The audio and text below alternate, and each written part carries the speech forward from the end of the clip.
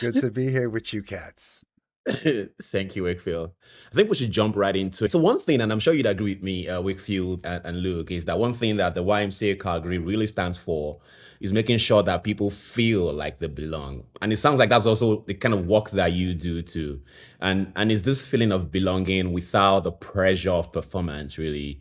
Um, um, Belonging is not luxury. It's really the foundation of what we are as a community. Um, having said that, let me welcome. Let me imagine that there is like a million of people listening to us right now. Um, There's not? Come on. thank you. We'll get there. So I would like to welcome everyone. My name is Sam Obadero, and this is a special YMCA vodcast focused on creativity, focused on connection, focused on well-being, focused on community. Today I'm joined by spoken word artist Luke Reese, whose performance "As I Must Leave It," right? Yes. It's coming live and direct to YMCA Calgary theaters in the Blue Sky City and the amazing Enigma Wakefield star, former poet laureate of Calgary, and a long time community storyteller and a true brother friend of mine. Is also here today. And we'll be talking about poetry for sure, talking about belonging for sure, talking about mental wellness and how the heart forms, how it helps. I support people from feeling alone. So once again, my friends, welcome. Um, Thank you, Sam. Thank you for the beautiful welcome. That was awesome. yay, First of many vodcasts here. Let's do it. Let's do it up. First one. yay. I haven't done this. I would like for you to take a moment to also kindly introduce yourself in your own way. And I would nudge Wakefield to go first, and then Luke would go right after. Perfect. Please, Wakefield, take it But away. I would love to defer to the guest. We're here in Calgary. I would love to That's defer to the guest. true. Please. True. Please, Luke, The please. soon to be honorary Calgarian. Is that what? Yes. We were gonna Yes. we're gonna give it the white art. Don't worry. Ah! Oh my goodness. Yeah, I'm a spoken word artist. I'm a playwright. I'm a performer, a director, a producer, an educator. I'm a big fan of the Toronto Raptors. I'm an avid bird watcher. That's something I've been getting into the last few years. Really peaceful, mindful activity, going out and looking for birds, which I love. Which is funny because raptors are birds too. So I like birds of all kinds, historic and present. And in my full time position in Toronto, I work at Soul Pepper Theatre, and I'm the associate artistic director at Soul Pepper Theatre. Before I was at Soul Pepper, I was the producer at Obsidian Theatre Company, one of Canada's storied Black theatre companies, and I've had some wonderful mentors and colleagues along the way, a lot of whom came from Calgary. Um, it's a do theater in Toronto. And now I'm telling all of them like I'm going to your city to perform and be a part of it. So I can't wait. Can't wait to see you two in the flesh. Luke, Luke. Pleased to meet you again. You have our people now are coming back to this place. So we're gonna keep you when you come in. Okay, We may good. not let you back to them. So you may pack a bag or two. Oh, I pack so much. So this is Thank you so much. I'm Wakefield Brewster. I'm a professional poet and spoken word artist. I'm from Toronto originally. This January Scarborough, marks stand up. Scarborough, Scarberia. This January marks my 20th year here in Calgary. So I left, and when I left, I thought I'd give it 18 months. And here we are, 20 years. So I'm a Calgarian now. I'm a professional educating artist, and I am inside of the CBE, the Catholic School Board, the private and charter. I starting to branch out to cities, giving a provincial kind of presence to poetry.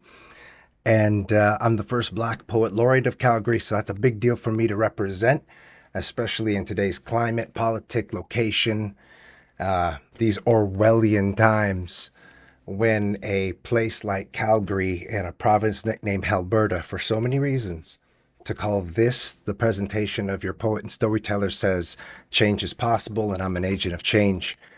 I have been through a lot to be this well, which means I've been unwell for a very long time. So I speak in the name of alcoholism, addiction, mental illness, and recovery, because sometimes it really is possible. So I'm here to give the world my best because it's kept me around, and I'm so grateful to be here. Beautiful. We are so honored to have you here, Wakefield. I am a fan. Well, I should say I've been stalking Wakefield for a while, but I started stalking Luke just after I got your full name, and I've been stalking you for a few days now. I hope that doesn't. Troublemaker Sam. Wakefield is okay. Okay, let's do it this way. Luke, this is a conversation between every question I ask you might sound a little selfish because, again, I've been stalking. I want to know a little bit more about you. You got it. But actually, this question might actually work for both of you. How did poetry find you? Where did this all? What was it? What's the story? Yeah, I mean, I think poetry first found me through my mother reading me Dr. Seuss and Robert Munch, and so some of these bedtime stories. But I think it laid dormant in me for a while. Like I think it was really just like the bedtime stories that my mother would tell me. Like she'd always make sure that she was telling my sister and I bedtime stories, and I always loved it. And then in elementary school, I loved to write, but it was always just with whatever structures or forms that they were teaching us. And I was the kid where they'd be like, okay, you're gonna go away, you're gonna write like a 2-page story, and I read like a 12-page story, and then I would get in trouble for that. And I'm like, but I just have so like imagination, I just have so much to say, I don't understand.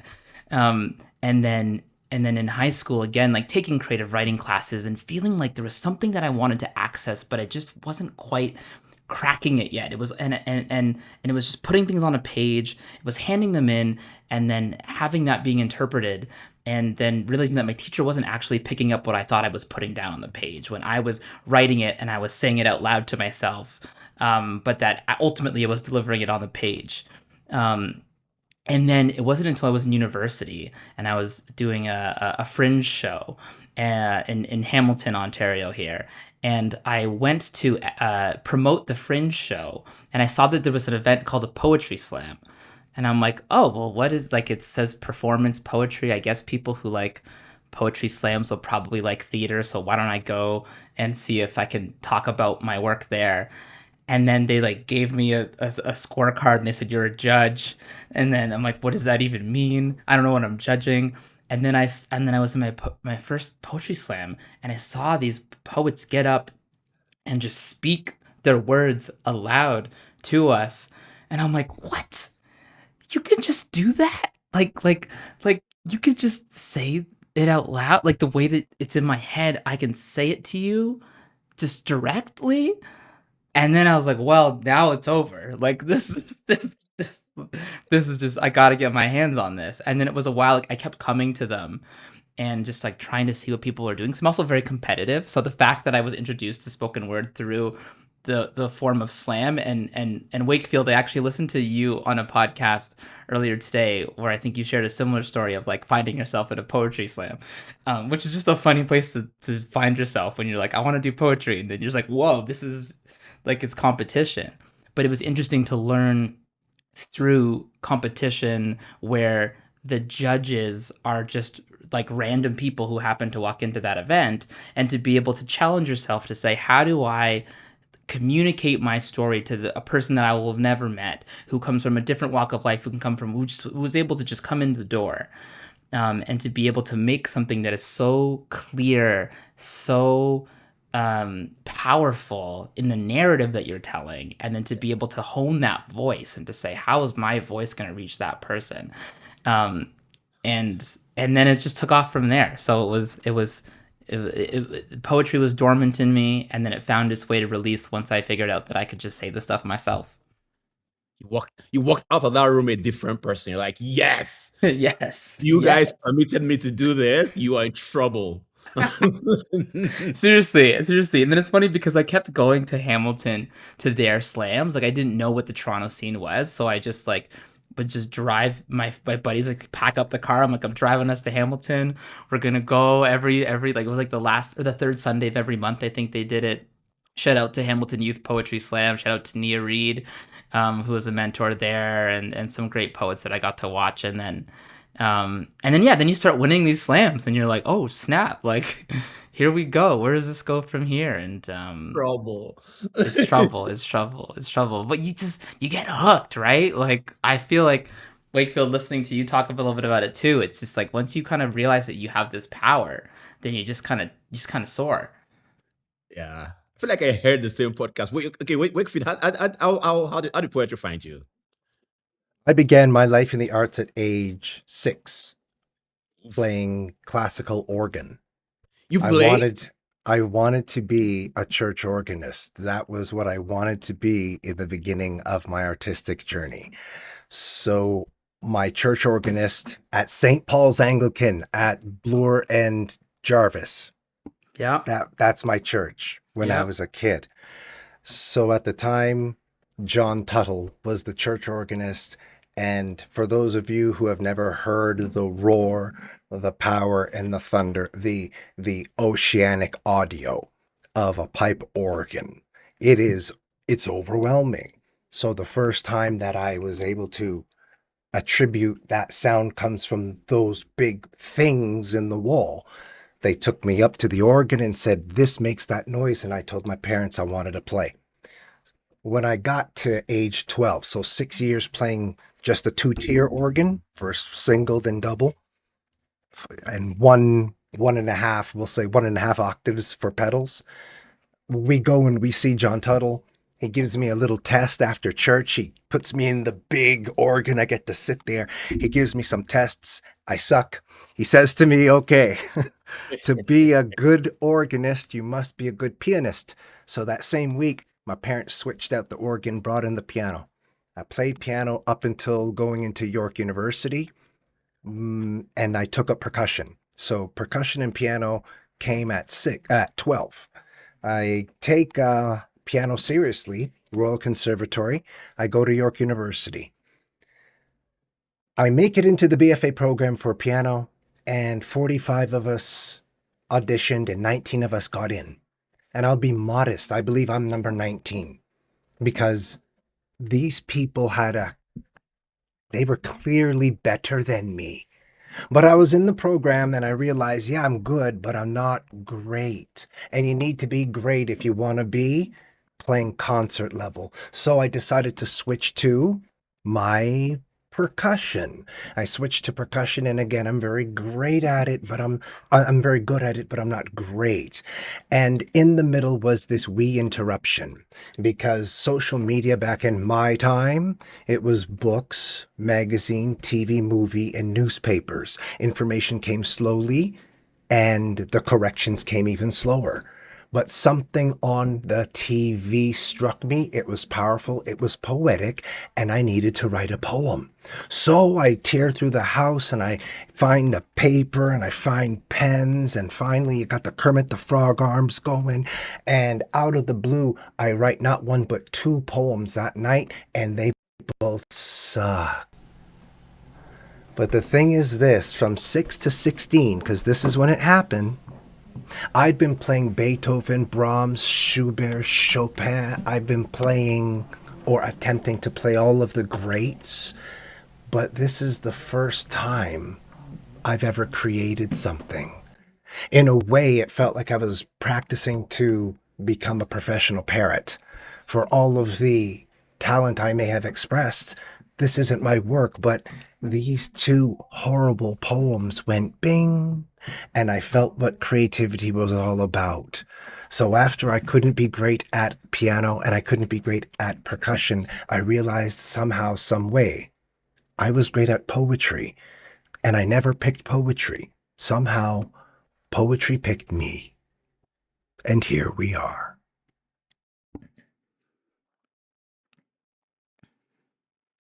I have to say, Wakefield, I went to York as well. I went to York for theater, and it was while I was studying theater again that I found slam poetry, and then uh, took off from there. But it's so interesting too, like this how we find these ways where our voices just kind of fit into the groove. We try a little bit of this, try a little bit of that, and figure out what exactly is that form for these stories. And I think as somebody who I'm actively working in theater, and I'm always trying to figure out like when I have an idea, I'm like, oh, is this a poem or is this a play? Like, what is like, and is it a play? Am I saying it in the play, or is it a play that I can have other characters say? And so with the show that I'm bringing to Calgary, that I'm so excited for you guys to see it. Like, I'm so excited to have you guys in the audience. That was one where I'm like, well, it's gonna be me. I'm performing. It's my poetry. It's my stories, and I'm the vessel. I'm the vessel for this story. So for you to have Wakefield, okay, let's try the organ, let's try piano, let's try percussion, like all these different things, and now it all feeds into to what you do. Like it's all a part of who we are. I thank you for that kind observation, but when I left piano and then went to percussion and then left percussion and went to poetry, I had a funny experience, because I've always written in my style. I don't know how to write any other way, and my style has never been widely received. It really goes against a lot of people's grains, and that's how I know that those who appreciate my work really do appreciate it. But when I handed in my first two assignments to my professor, she sent me an email that said my work was nonsense, garbage, and gobbledygook. So I felt she couldn't even insult me like I was a grown adult. So Oh my I gosh. absolutely felt crushed. I was a super impressionable kid. I was already Yeah. into substance and alcohol. I had already stunted my emotional and mental capabilities. I was kind of in my infancy all of the time. So when I heard you can't do this, really, I'm lucky that I have an addictive personality because I know I love what I love. So when I was told no one would read my work because during my day, the can lit and publishing worlds had you hoodwinked. They had you believe that the only way to have a presence was to have publishing. So once I was told no one would read you, I said, then they're going to hear me. And that's when I started hitting the open mics. So I've had a lot of negative reinforcement that has been churning out some pretty positive outcomes. Loving this. And I love how we're getting personal in here. And this is exactly where the power lies. And I can imagine Luke, you also agree with me. And I'm gonna use the story you just shared now, Wakefield, to get even a little bit more in Luke's life.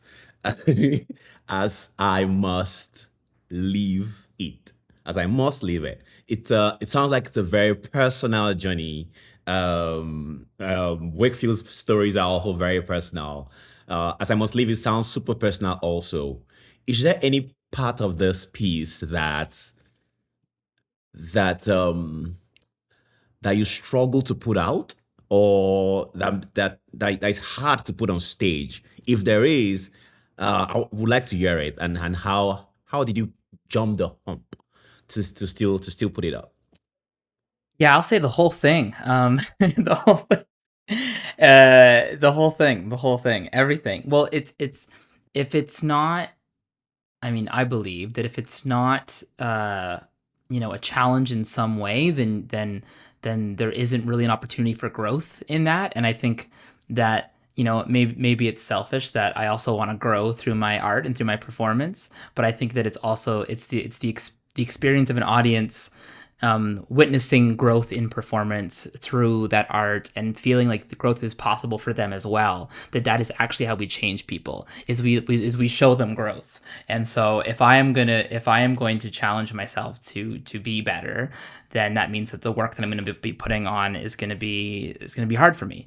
And I also, I'm very sensitive in talking and sharing works to talk about my family, because like the people that I'm talking about are still with me and still in my life, and they're coming out and they're seeing the work, and I try to be very conscious of the fact that like I am telling this story from my perspective, and that everybody has their perspective on it, and I'm not trying to say, matter of fact, that like this is the one way to look at this thing. I'm saying, hey, here, my name's Luke Reese, and this is kind of where I was at, and this is how I'm coming at it, and so that my perspective can be taken in, but that people can also feel like they can have their own opinions on the story that I'm telling. They don't have to agree with me necessarily; they just have to hear me. And so, in As I Must Live It, which is really talking about my family navigating my father's mental health, and really wanting to like have my dad kind of be okay with it, but like not want his approval. Like, like I'm like, I don't need you to sign off on this, but like I want to, like, you need to know what this is. So I think it was like 2 days before rehearsal started, when we first did the show back in Toronto, I like sat down with my dad at a coffee shop with the whole script, and I read him the whole thing. And I was like, here it is. you know um I'm like, before I go into rehearsals, like, this is everything that I'm gonna say, and also, what do you think? But also, I'm not, like, tell me what you think, but doesn't mean I'm gonna change anything, like, unless he like makes a good point that like artistically I'm like, no, you're right, like actually, like maybe I do need to change that, so that I still had ownership over the story that I wanted to tell, but I was telling it in a sense, in collaboration with these people that are in the story with me, to be able to have them as a sounding board still. And I think my dad gave me 2 notes, and I changed one of them for sure. And it was a point of clarification, and it was important for him. And I think it also just spoke to like where he was at that point in his life that I'm telling, and it was also just interesting to have that moment with him, to feel like I could go into process having done that. And then when he came to see the show, and it came like the closing weekend, it was like the second last performance. And that was like probably one of the most cathartic moments I've had, uh, in performance for sure.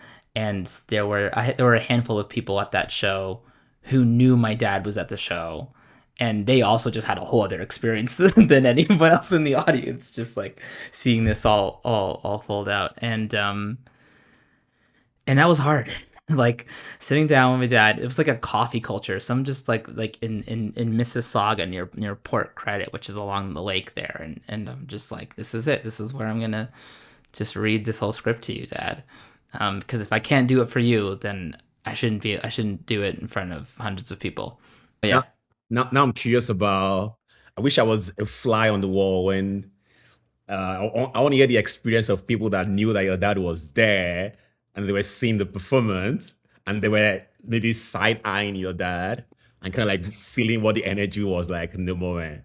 It Oh was yeah, that. the energy was ridiculous. Like, I wish that was recorded, that moment, because also there's parts in the piece where like I talk like to specific audience members, or I get audience participation. Like I'm a performer who loves an audience, because I love the feeling of connecting with people, and I like that I want them to feel like they're engaged and listening the entire time. And so there's a moment in the piece, I don't want to spoil too much, but there's a moment in the piece where yeah, I share these like intimate poetic moments with members of the audience. And my dad knew that this was coming, because I had read the script to him before. And I kind of like, there was like a beat in the piece where I kind of like checked in to see if like he wanted me to choose him for that moment, to see if he was ready to do that. Um, and then he kind of gave me like a little bit of a nod, and then so we got to have that moment in the piece, and then it was just like, yeah, it's you question sometimes when you share these personal stories, and you're like, is it going to resonate with anybody? And a lot of people came up to me after various performances, whether my dad was there or not, and telling me how moved they were. But ultimately, like, there's still, like, I don't know, people, I don't not everyone's like likes to talk about healing through art, but like, it's real. Like, that's why we do it. Like, if you're not like seeing art and like healing in some way, or like seeking out, like, maybe you're not conscious of it, but we're seeking out connection, we're seeking out healing, we're seeking out filling some kind of a gap. And and I had poured so much into that show to make other people get an opportunity to have that healing. So for me to have that moment with my father was like, oh, I get to heal too. And was beautiful. So This is it's beautiful. Look, I was gonna I was wondering, because you're coming to my peoples, you're coming to Calgary, to YYC, let's you're go. coming to my friends, you're coming to my family, Hmm. the family complexities that you're gonna be sharing, the your own personal stories through the art form you're gonna be using as a vehicle to pass these things across to us. Um, the vulnerability you're gonna be leaving it right up there on stage. Um, Personally, I have my own personal struggles too, with mental health, with identity crisis, and all of those fun stuff. Um, do you think, um, or what would you want me to take away? And I'm using myself as a cachet for every other person that's gonna be there. What would you want me to take away from your gospel? I'm gonna quote Wakefield earlier in this podcast already, to say that change is possible. I think sometimes, like, that's just like, it's an example of a way to move through something. And not to say that, like, where my dad and I are at is at a point that people would want to get to. Like, we're actually like we don't talk, like, like, it wasn't actually about like repairing a whole relationship. Like, that's, it's not always going to be the result. But to show a way to, first of all, talk about mental illness in the Black community, um, talk about it in relationship to masculinity in a way that is really open, and is really vulnerable, and to show that, like, I can talk about this, and that I'm not any less of a person, I'm not any less of myself, that I can share it in a way that is also aspiring for hope and positivity. um, and sometimes we just got to be loud. We just got to be loud. And there's a poem in the piece that I've taken around the world and competed, often in slams. But I had the pleasure of competing at the World Cup of Poetry Slam in Paris, in 2019. And I took this poem, and the way they do it there is that they translate, if it's already in English, and they project it in English, but they also translate it into French. And then, of course, it's an international audience, and I'm sharing this piece, and it's talking about my dad. My dad struggles with mental illness, and I'm like, this is a very, like, Canadian Toronto experience perspective, maybe, that I'm sharing, and, like, not really knowing how it's going to resonate internationally. But then you've got people who, barely speak English, or who, like, really just, like, everyone connected with it, and it's like Black people all over are like, yeah, like, thank you for just doing that, like, like, just the fact that they got to see that, and just have a moment in the audience where they're like, someone else went through that, and that's kind of just nice to know. And then if that's what the takeaway is, Sam, if even just that, like, the next time that person is in a situation where they've got to navigate it, and they can just hold on to the fact that they know that they're not alone, then boom, I'm happy. Like, I'm good. I'm good. I feel like I'm getting a ringside seat already to before performance, and there's so much that you're saying that it resonates with me. While you're speaking, I was going to interrupt you to say, "Wait, are we allowed to talk about Black mental health, Black mental wellness? Are we allowed? Really? Like, do you permit me to talk about this? What? What? Please. What?" You know what's funny? My dad also struggles. My dad has Alzheimer's. He has Mm, dementia. And I'm a full-time caregiver of my dad. Is right now. He's actually in front of me right now, actually. Um, and and hearing you talk about it, I have been super shy to actually.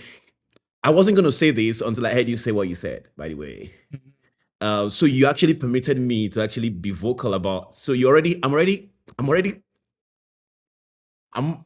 getting my Exactly. healing from you just sharing right now. In that sense. So what? Okay, so thank you. Um, let's get deeper into mental wellness since we're allowed to talk about it. Let's get deeper into mental Hmm. wellness. I know Wakefield does a lot of work with the community, with youth. From your personal stories, from your lived experiences, from your friends' experiences, from your family's experiences too. How do you connect with poetry? How do you use poetry to connect as a tool for change, especially within the Black community and youth in Calgary? Well, I could say this for any community or any person who's going through anything that is testing them in their lives. If we're looking at youth, hormones alone make youth struggle, okay? Just the biological of their beings cause them to be at often war with themselves. Now, make that really natural element that happens around the world. Now add everything that is of this world today on top of youth. And it sounds quite crushing Yeah. because of these things, right? Because of these things, they are overexposed, um, younger than they should be. We know this. Some stuff isn't appropriate at all levels. There's something that's out of the appropriate box, and it's changed our evolution and it's started to kill our communication. What I have brought to youth when I bring poetry into their schools, especially. So, grade 7 to PhD. But let's look at the youth that I work with. I tell them, listen, poetry, it makes you work with language creatively. When you work with language creatively, it enhances your literacy. When you possess an enhanced literacy capability, when you have enhanced literacy, it improves your communication. Now, communication to who and whom? Oneself and the world around them, which means it helps with connection. I take poetry to community so that community may connect. I help youth express that I understand what it's like to be you. I was you. I've had two children who were you, and I've done even that so wrong. I don't have those two children anymore. So let me live some life of atonement with you. Let me help you understand that the unveiling with this, especially coming into the age of enlightenment and awakening, you're realizing the world isn't what you thought it would be. In fact, you're pretty pissed off. And you know what? No one really wants to listen to a bunch of F bombs, S bombs, N bombs. When people want to communicate, it needs to have a level of broadness and accessibility where more people are able to have the conversation than fewer. Let me help you enhance your literacy through this thing called poetry. Poetry, I hate it. All right, let's substitute the word poetry for story, because poetry is actually the shortest of our stories. It's just the shortest, right? We've got big stories. Hey, poetry is a short story. Now, hey, we are embracing truth and reconciliation and reconciliation, and one of the actions is storytelling. The knowledge keepers, the truth keepers, the teachers, they have told us this in every single exchange that story is important. I want you to know that I believe your story is important and it should be told. But a bunch of like, right, okay, F bomb, S bomb, N bomb. Yeah, no one's hearing that. But you can actually tell this entire world, especially the adults, talking up to the upper management. You can tell us what you dislike in this world, what upsets you, what needs change. And if you come at us creatively, respectfully, timely, we'll stop time for you. We'll listen to you tell us every single grievance you've got because of how you came at us with it. And now We're going to help you with it. You communicated in a way that we could get it, us old timers, us hardheads, but we heard you and we listened, and now we may act with. I hope that what I help younger people do is communicate better with the world around them. Hey, Wakefield. Mhm. Hey, look, Wakefield. Hey, you are busting my head. That's what's Ah, no. I'm losing my decorum at this point because we get to set the decorum. We get to set it. We get to set I gotta say it. Thank you. it.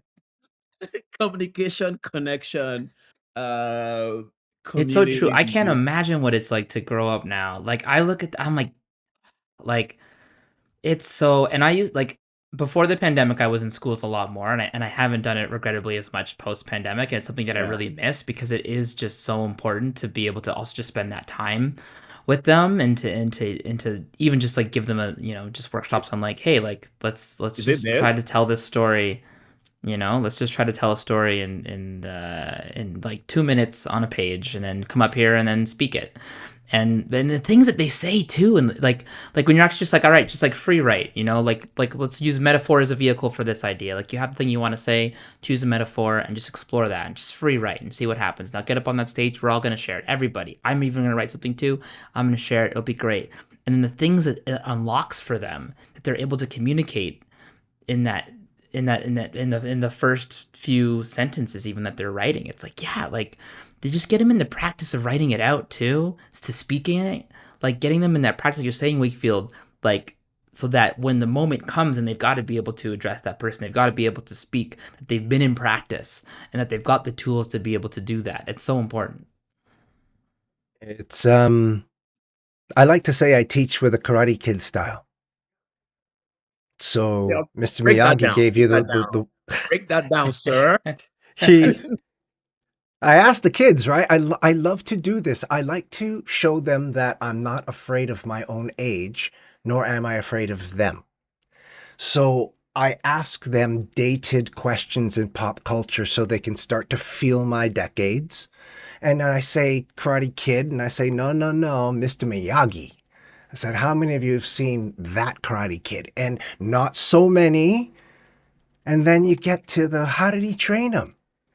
I said, he didn't train him directly. He said, wax the car, do the fence, whatever it was. I said, it's very indirect. I said, often that's what I do with poetry and literacy. It's not direct. What I like to do is put most of it in your hands and help you get out of your own way. I like to put people into the practice of accessing their own vocabularies, even if they're limited, but more creatively. Because once you shift, that's a neurological pathway that will remain carved in, and then it goes into the world with their conversation. They don't walk out talking like poets and spoken word artists, but I create some kind of change, regardless of how minute, whether I notice it or not, whether they notice it or not. That's how learning is. Sometimes it's invisible, if not insidious, and they will go out the door with something of a shift. And that's my goal. It's not to obliterate their literary landscape as it is. Every time I present poetically, I'm hoping to make one person notice one element in only one poem once. And that's not setting the bar low, that's being realistic. Not everything resonates, but can I make something ring? And that's the mission. Ding. Yeah. Ding, ding, ding. Look, I know you also agree with what Wakefield just said, and I know for you it's bigger than a performance. Also, it's a connection. It's all of those things, and it's not just you going out there to showcase, but it's community service. Yeah.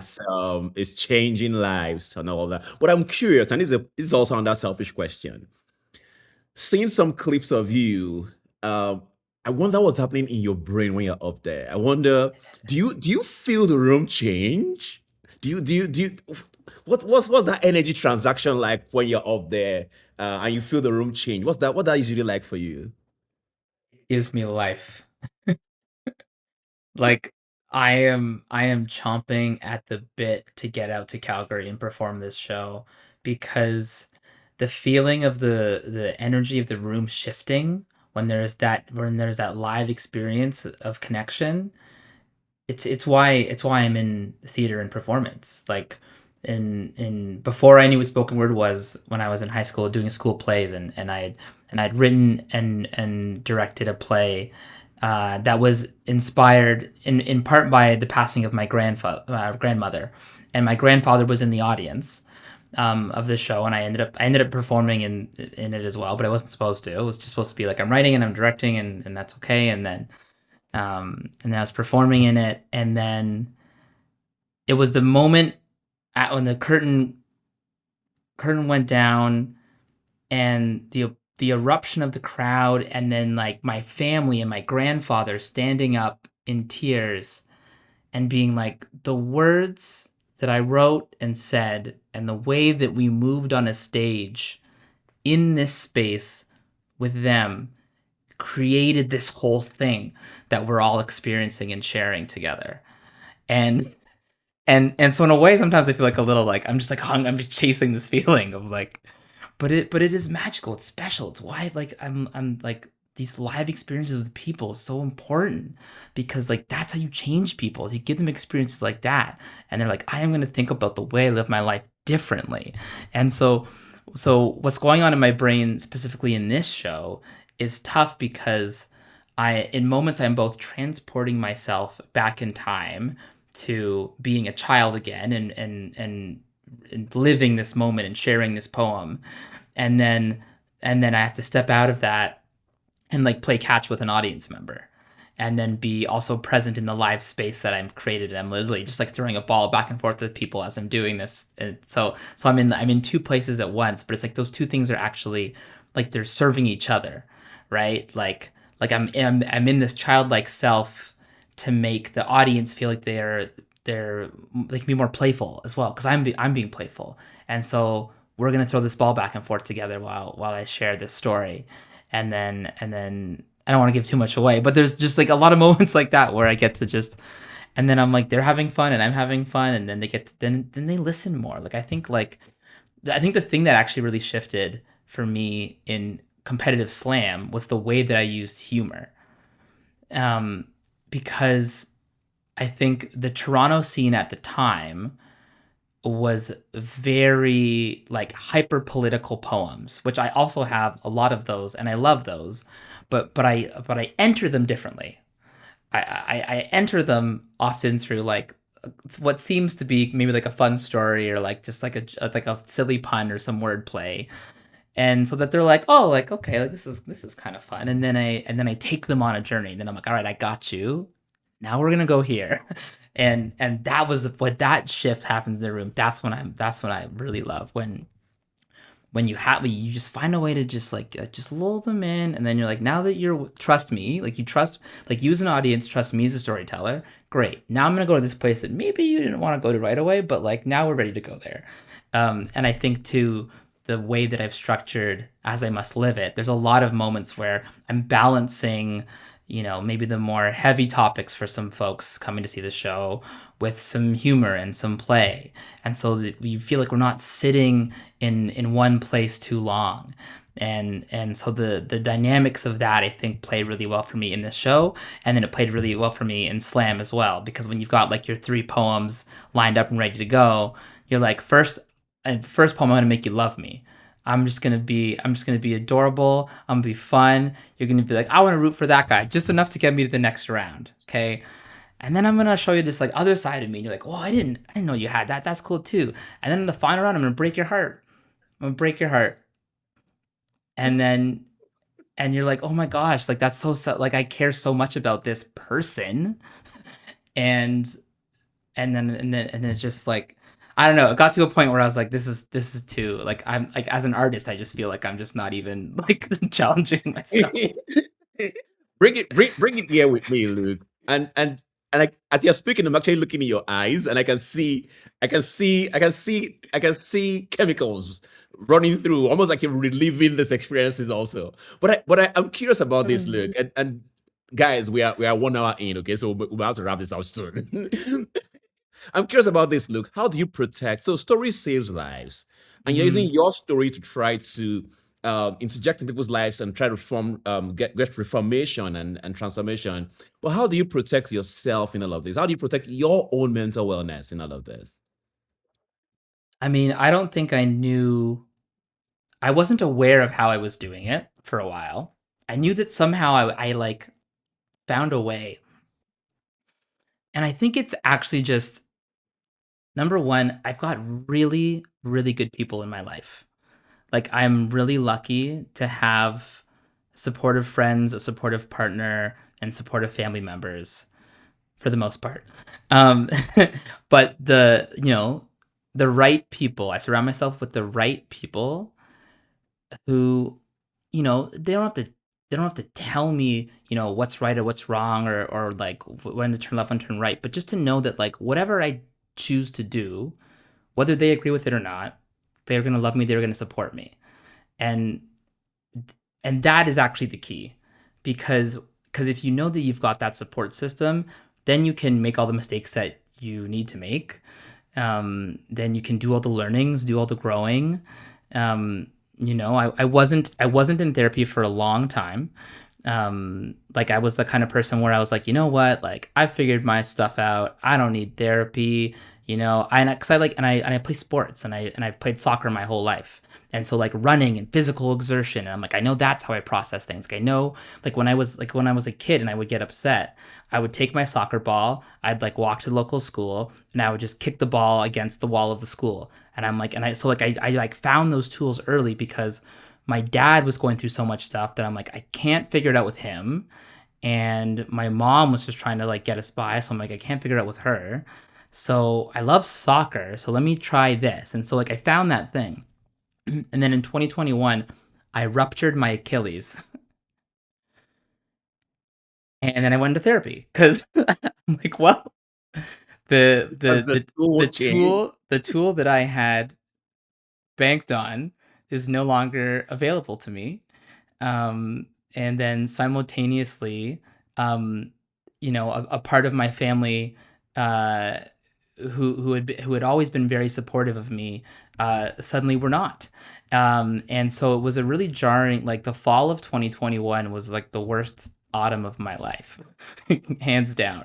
And so then I'm like, okay, I need new tools.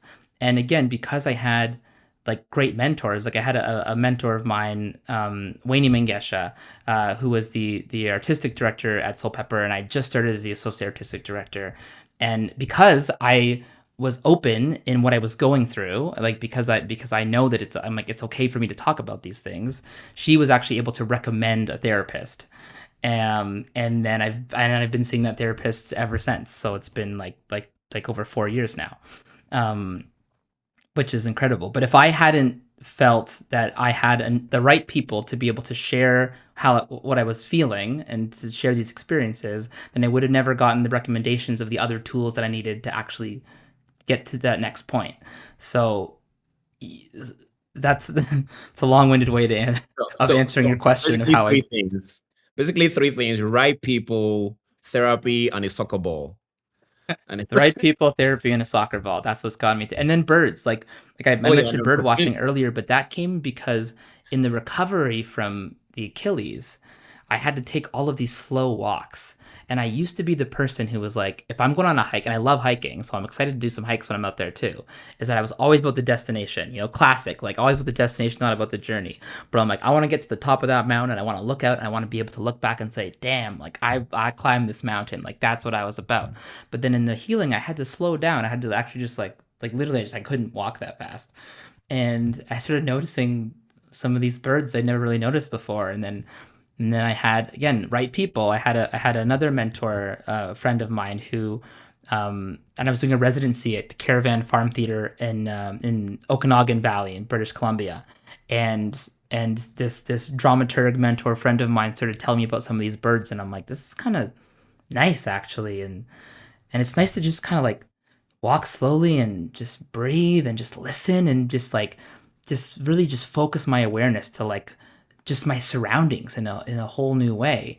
And of course there's all these memes about people who've turned 30 and are bird watchers, and so you know a lot of my friends are kind of laughing at me, but I'm like it's actually just so rejuvenating for me. Like when I go bird watching, I feel amazing after, because I'm just like I'm not on my phone unless I'm looking up bird calls, which sometimes I am, but like I'm not on like social media or anything like that. I'm just walking, I have my binoculars and I'm just like listening more carefully than I am anywhere else in my life. Anywhere else, I'm listening, I am looking, and I'm patient. And so that also helps take care of me. Thank you. Thank you. Thank you. Thank you. Thank you. Thank you. Wakefield, how do you take care of you as you share this deeply, deeply personal stories? So, one of the aspects of my neurology that I became familiar with is if you are an addict, you're an addict. So, even though I am not actively in alcohol or in substance, it's behavior. So, I have addictive behavior no matter what I do. So, what I have done is recognize it's how I run. I know my neurology, and now I know how to work with my wiring. And I say that because wiring may be reworked, rewired. Working is good for me. I rise at 4 a.m., weekends too. And typically, I'll have 5 hours where most of the world I know is still asleep. And you belong to you. I get so much done in that quiet time from 4 a.m. moving into mornings. That part of my day I must have. And it can go from working in that time to meditating to being with my cat. People who know me know how much I love my cat. Or sitting with some pretty bad thoughts that need morning purging. Another thing is, I'm a registered massage therapist and I own my own wellness clinic 10 feet to the left of me. And I've been practicing since 2017. Now, yes, I'm a professional speaker. This is exactly where I don't speak. There is a level of decorum with your people because some people come to speak. You're a bartender, you're a taxi driver, you're a hairdresser. So some people really come, and an angle of the wellness is for them to let some things out into the room. And at times they do want a back and forth. At times they wish to purge themselves. I have had a client for 7 years who only has 2-hour massages, and I barely know anything about him past his workplace. The greatest thing about massage is it offers me a complete balance where I get to be silent. I get to exchange with humans and there's no talking. That's completely opposite of how the world has come to know me on the mic. Now these do all the talking. Now some of my people are in my world of words and some are in my world of wellness, and a few of my artist people have crossed over into my wellness world. They've been on my table and they say, that's a completely different you. And I'm like, yeah, this is a completely different world. It's one that offers me energetic balance, where I get to practice connection through touch and silence. It is the one time where I know where I am moving so ergonomically and biomechanically perfect to do this job, that I actually receive the benefits of massage while I give massage. It literally has helped me write a way to wellness. So work and wellness are actually the best things for me. They go together.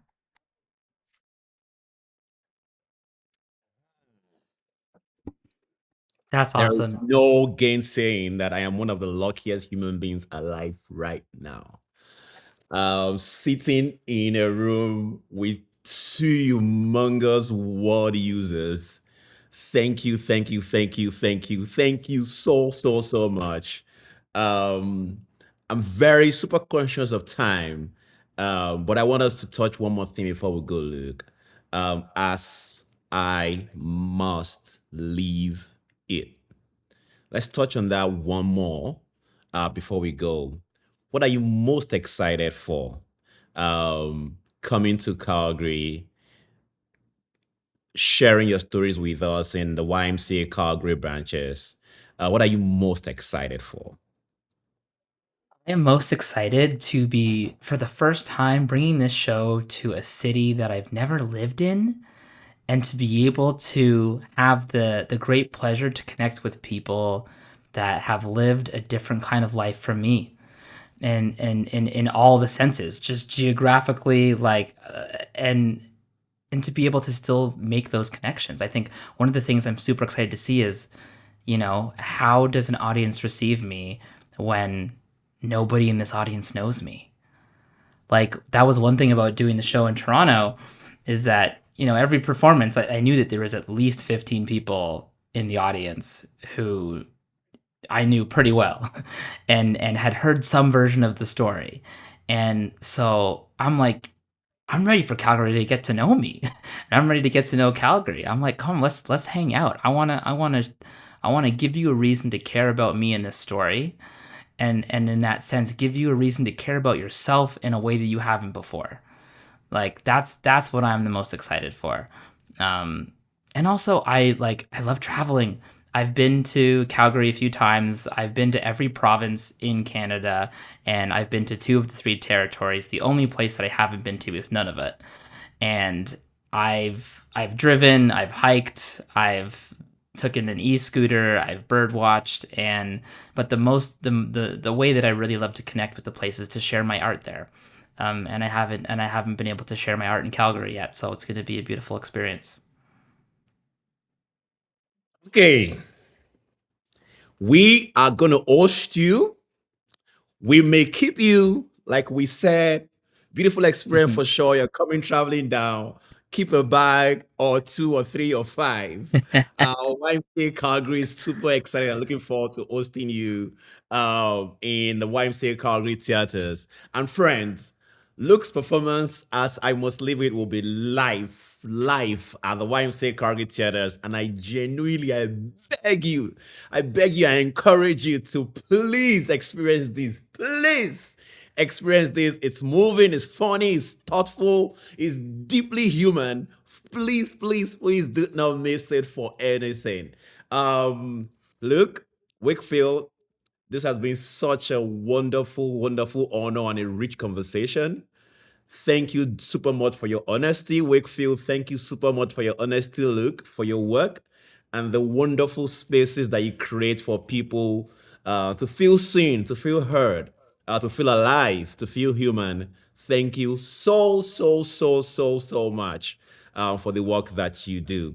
And from all of us at the YMCA Calgary, this conversation is just starting. It's just the beginning, and we're excited to keep creating such spaces like this where art, where well-being, where community meets, and all of us can truly be awesome together. So thank you for watching, and we will see you. We must see you at the theaters. We must, as I must leave it. See you at the theaters. I'll see you there.